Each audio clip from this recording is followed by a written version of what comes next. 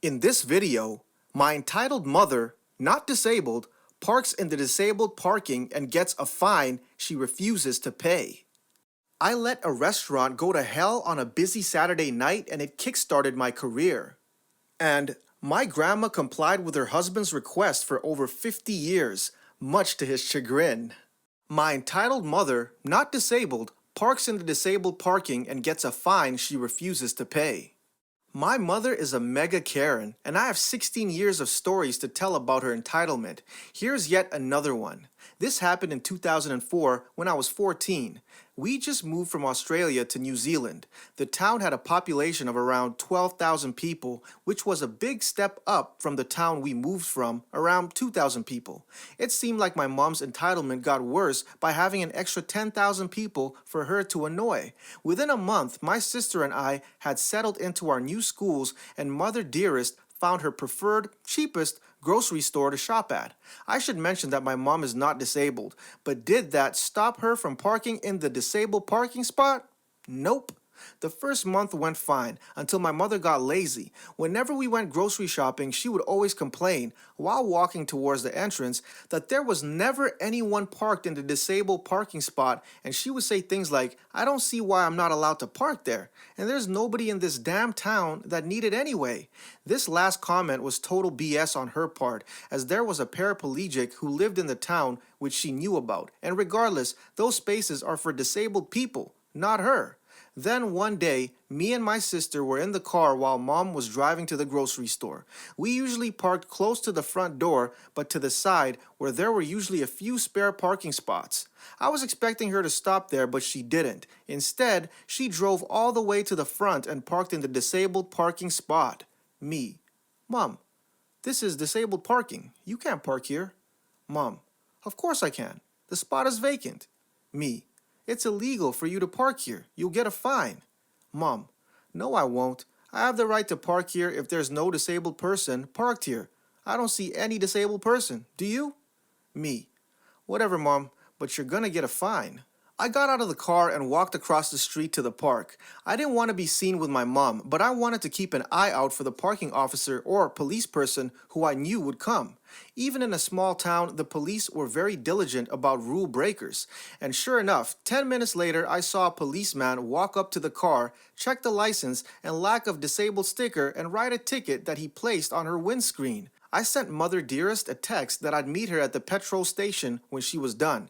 I didn't want to be seen getting into her car, but I made sure to hang around so I could see her reaction when she saw the fine. Sure enough, 10 minutes later, I saw Mom come out of the store, see the ticket, and she flipped out. She started cursing and stomping her feet on the ground like a child that lost their toy. Only, in this case, it was a fine of $80. I chuckled to myself as I walked to the petrol station a few blocks over. I got there a few minutes before my mom did, and I could see the anger on her face as she got out of the car, slammed it, and started filling up her tank. Me, faking concern: "What's wrong, Mom?" Mom: "You shut your mouth." I smiled and got into the car. When we got home, my mom got straight on the phone to debate the parking fine. I overheard the call.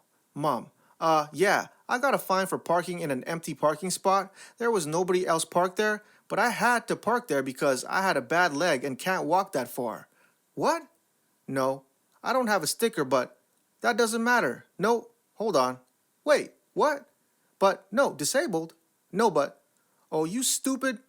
I'm not paying this. And she hung up. A month later, I'd assumed she'd paid the fine, but obviously not. She got a letter in the mail regarding an unpaid fine, which was now $100 due to relayed payment.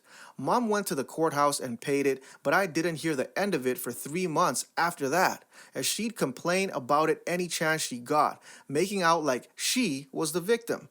I wish I could say that she learned her lesson, but she didn't. She parked there a few more times, and shock, horror, got more fines. A Karen never learns. I let a restaurant go to hell on a busy Saturday night and it kickstarted my career. This was when I was 18. I'm 34 now, so 2004, 2005. Think pre-iPhone. But cell phones like the Nokia 3310 existed, which I had one because my parents wanted to make sure I could always be contacted. I worked at a bar chain restaurant for 6 months. Let's call it C. It was a completely new store. When we opened, we were the only building for 8 blocks except for the sister restaurant next door that was part of the same investment group as C. It was a decent upper middle class white neighborhood, so we'd get lots of people in the door. I was originally hired as to go, but I was trained up in almost everything in the restaurant and I frequently filled shifts, and I got the most hours for it. It was the worst job I ever had and still is. After getting shifted around to different homes to go, QA, host, sometimes server, I eventually ended up in bus, cleaning tables. They promised they would move me off of bus once we had bussers, but as we'll find out later, that day never came. The main reason this happened is that we ran out of bussers. They tried hiring bussers at a rapid rate, but it didn't work. The average survival rate for a busser was 2 weeks, including training time. Eventually, our reputation of chewing out bussers made its rounds. No one would even show up for interviews for the job. At C, a pecking order had been established. At the top, you had the managers. Then it was the servers. Then it was the bar servers, restaurant servers, etc. Guess what was at the bottom? That's right, bussers. Anytime I spoke up about how people needed to pre-bus their tables, people scoffed and said I should just do my job.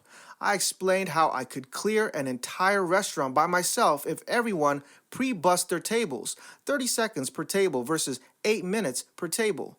Deaf ears. So I have to explain about why there's a huge time differential between a pre-bus table and a total bus table. If the servers took every plate off the table, even if the table was grotty, I could wipe it into my bucket, clean up a few things, wipe off the seat, reset the center of the table, and move on to the next table. I'll be in and out in 30 seconds and on to the next table. However, if I had to total bus a table, I'd have to take all of the plates, organize everything on the tab. Time varied depending on the number of people at the table. 2 minutes for a 2-top, 4 minutes for a 4-top, etc. If a table had ordered lots of drinks, multiple fajitas, each fajita meal contained no less than 6 dishes, and or had been particularly unsanitary about their eating practices, unruly kids usually, you could add up to 3 minutes per table. This also compounds that I had to go back to the kitchen and sort through all of the plates, cups, etc. Well, 2 months into my we're gonna move you off of busing once we find bussers, it's a busy Saturday night. I'm talking 1 hour wait at 6:30 p.m. Half the tables are currently dirty and I'm working my ass off, but each table takes about 5 minutes because no one is pre-bussing tables. I'm told the priority is the restaurant, so I had to tell the bar waiters that they probably wouldn't be bussed at all because it would be too busy. They were not having that, and the on-shift AM, which is assistant manager, told me I should do my job, but I should still prioritize the restaurant, not the bar. Whatever. I'm constantly telling servers to pre-bus their tables only to be ignored. It was a particularly bad night, so I asked if the dishwashers could help me out when I brought back my tabs instead of organizing everything myself. They were nice, so they agreed, and it was a decent system. Cut out 2 to 3 minutes per table. It was still pretty hell, with lots of people wanting food. It still didn't help that I had to go back to the kitchen every time there was a full bus table. Enter Karen, queen of the bar server bitches.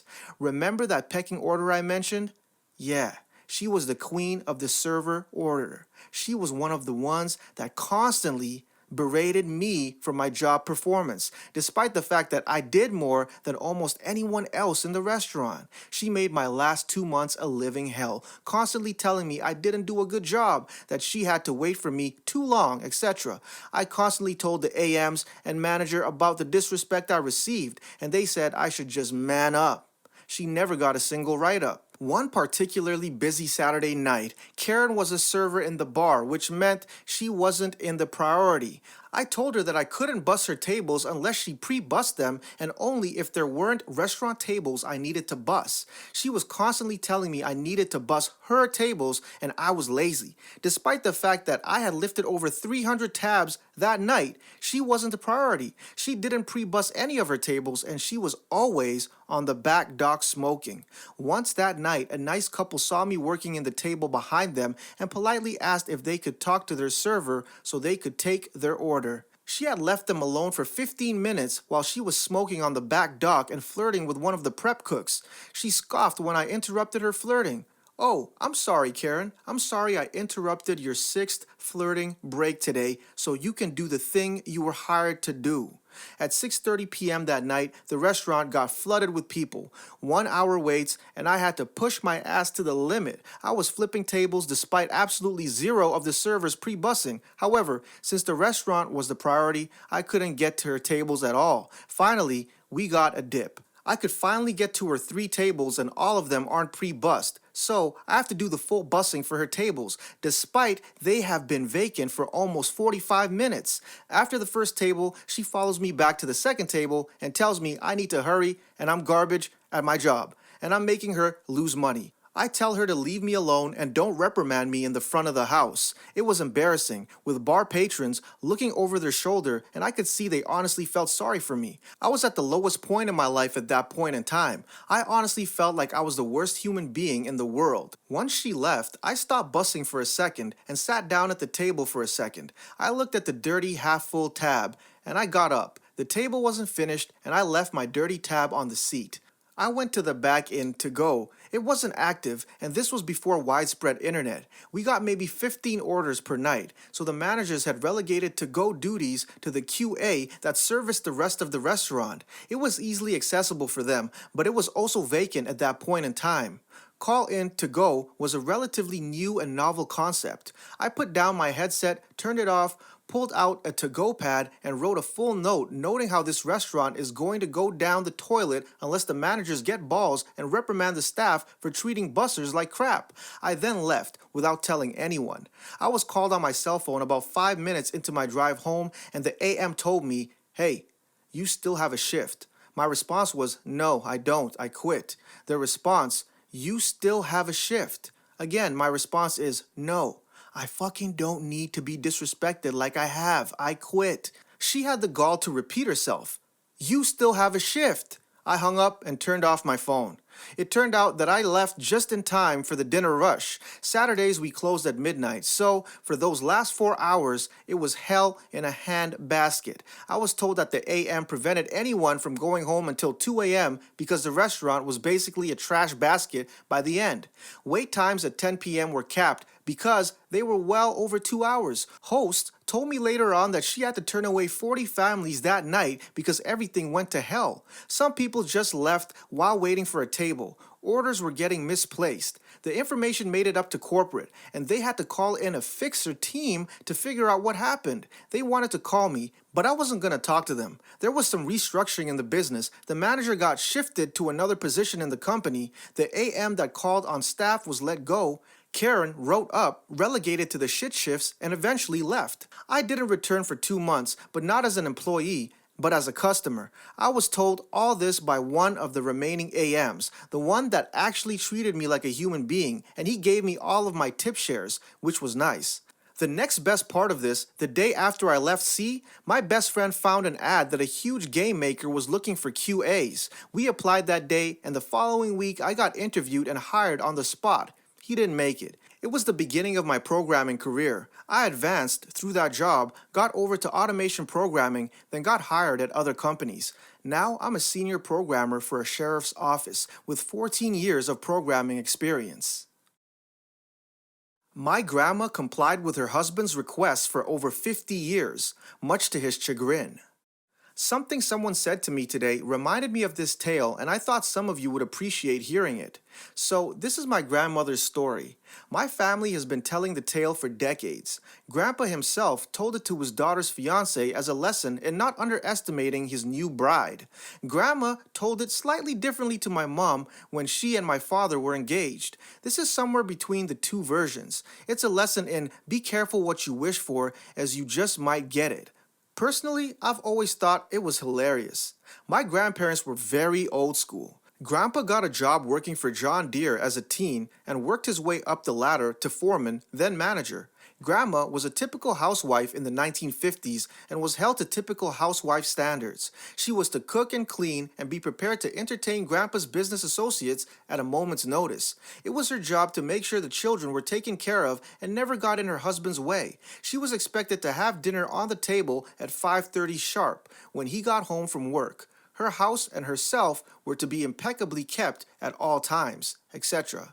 They were progressive and well off enough that Grandma had her own car. She was expected to use it to run the household errands and take the 4 kids to appointments and such. It was important that her husband not be bothered with such things. The household and family were her responsibility. He had a job. Well, one day, Grandpa arrived home from work, and not only was dinner not on the table, but Grandma wasn't even there. The kids, teens at the time, hadn't been fed.